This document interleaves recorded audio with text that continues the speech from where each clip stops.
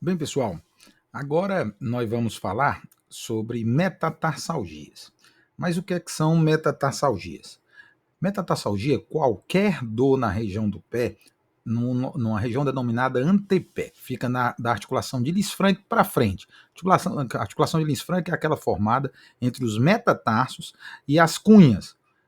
Tudo ali da frente, ou qualquer dor que você tenha dessa região para frente, é denominada metatarsalgia. Como seria muito extenso a gente conversar sobre todas as metatarsalgias, a metatarsalgia mais comum e onde a atuação de um médico generalista, fazendo principalmente no caráter preventivo, tem relevância, é essa daí, o hallux valgus, ou popular joanete. Ao contrário do que as pessoas pensam, o joanete não é só um ossinho que cresce na região do hallux, não, na região do antepé, não. O joanete é uma deformidade complexa que envolve toda uma subluxação da primeira metatarso falângica, promovendo um desvio lateral do hallux e medial do primeiro metatarso. Essa situação não é uma deformidade que acontece só em um plano. Na realidade, como mostra a figura, é uma deformidade que acontece nos três planos. E principalmente, e hoje cada vez se dá mais relevância nos hallux valgus, nos joanetes mais graves, a uma pronação efetiva do primeiro metatarso, fazendo com que aconteça uma verdadeira luxação dos sesamoides. E essa luxação promove uma situação de deformidade da crista que fica entre os sesamoides, o que faz com que as deformidades mais graves sejam de difícil caráter de correção e precisam ser reconhecidas. E cada vez mais se tem adventos de procedimentos cirúrgicos mais importantes ou mais relevantes para que promova-se essa correção efetiva do hallux valgus. Ao contrário também do que se pensa, não necessariamente o hallux valgus tem situações exclusivamente genéticas. É claro, existem características genéticas que fazem que algumas pessoas desenvolvam mais hallux valgus, desenvolvam mais joanetes do que outras pessoas, mas as situações extrínsecas, ou seja, que não são do próprio indivíduo, são muito importantes. Principalmente o uso de calçado dito inadequado ou estreitos, como mostra a figura aí ao lado. A figura mostra acima uma pessoa que insiste em usar sapatos mais estreitos do que cabem no seu pé, e essa situação é promotora, sim, dessa deformidade. Abaixo se tem uma foto de uma nipônica que, por questões culturais, tenta utilizar uns sapatos que não são do número adequado para o seu pé. Essa situação é uma prova efetiva de que o uso de tipo de calçados inadequados são promotores de deformidades importantes do pé. Então, a atuação do generalista, de uma maneira geral, deve ser na busca de um controle melhor ou de sapatos mais adequados para as pessoas.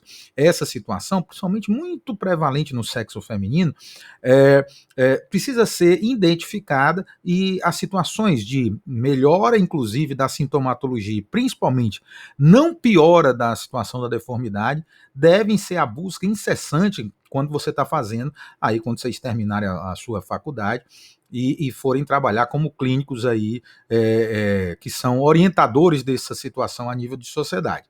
Evitar esse tipo de calçado é muito importante.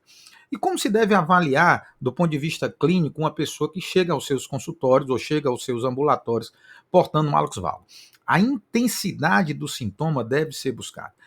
O local da dor é muito importante.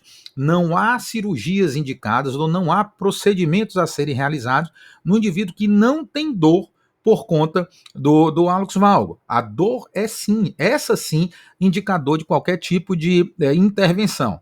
Como diz essa frase de um importante cirurgião de pé do mundo, não é uma questão de incisão, é uma questão de decisão e adequação às expectativas do paciente, qualquer indicação operatória, não estando indicado nenhum tipo de procedimento em pés que não dói.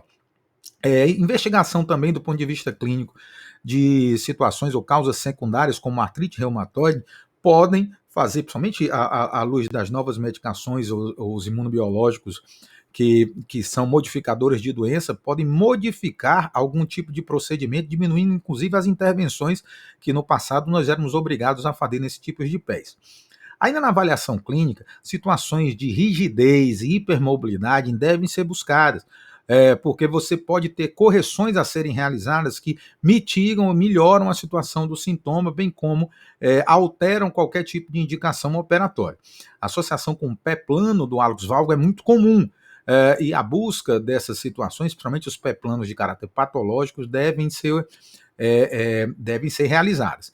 Bem como também um exame neurovascular delicado, porque você pode ter associação de deformidades e fazer grandes intervenções em pés que se tenha por algum motivo alguma questão neurovascular que precisa ser investigada, não é uma situação adequada. Ainda no caráter de investigação, esse paciente deve ser submetido a radiografias. Faz parte do exame clínico a radiografia dos pés com hálux valgo, principalmente as radiografias em situação antero-posterior e perfil. E aí é interessante que você classifique a gravidade dessa deformidade. E para fazê-lo, é necessário que você faça a aferição de alguns ângulos. Quais são os principais para você conseguir classificar? O primeiro é este, o primeiro é o ângulo que fica entre o eixo do primeiro metatarso e o eixo da falange. Né? É o ângulo de valgismo do hálux. O normal é que ele seja até 15 graus.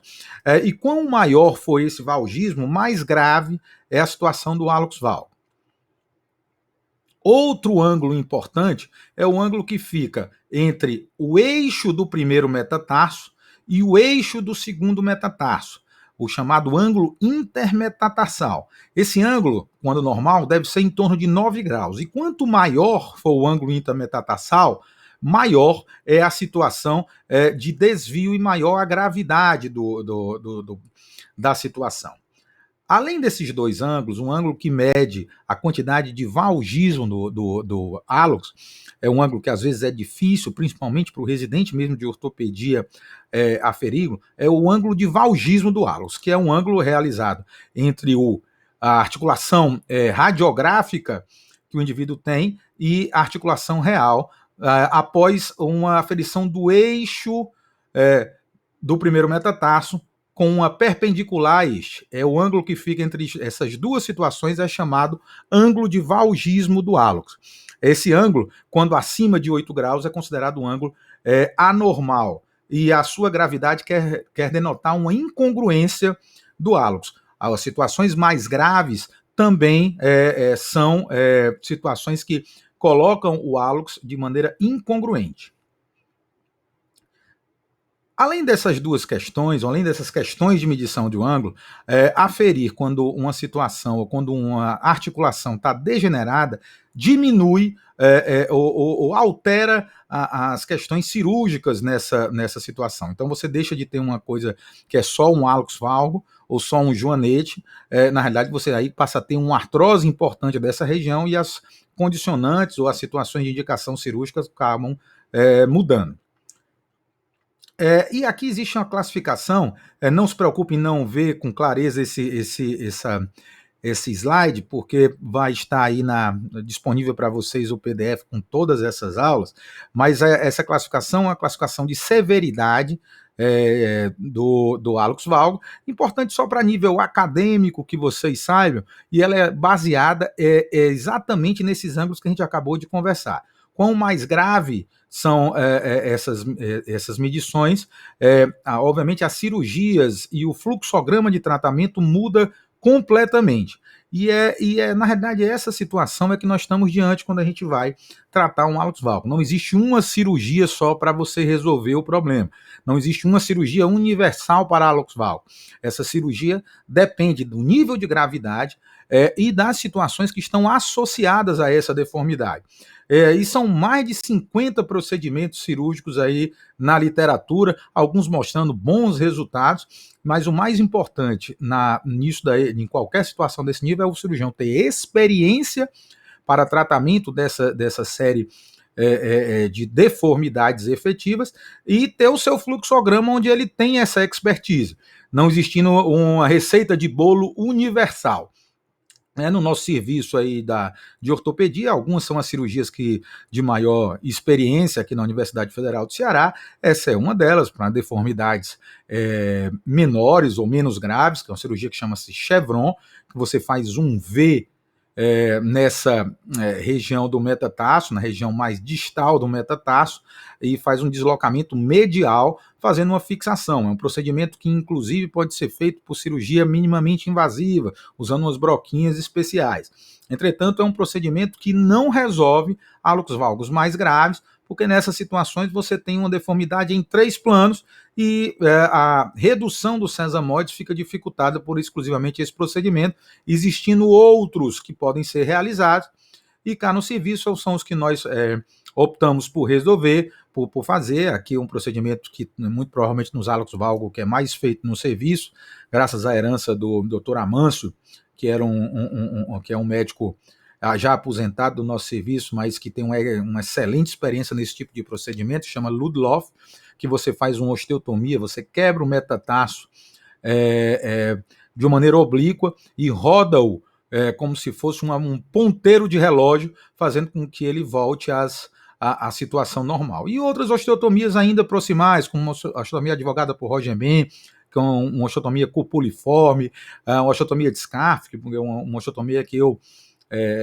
gosto muito. Eu tenho uma boa casuística nesse tipo de osteotomia, com a osteotomia em Z, que também promove uma correção, uma redução dos sesamoides para a sua região original. Tá, gente?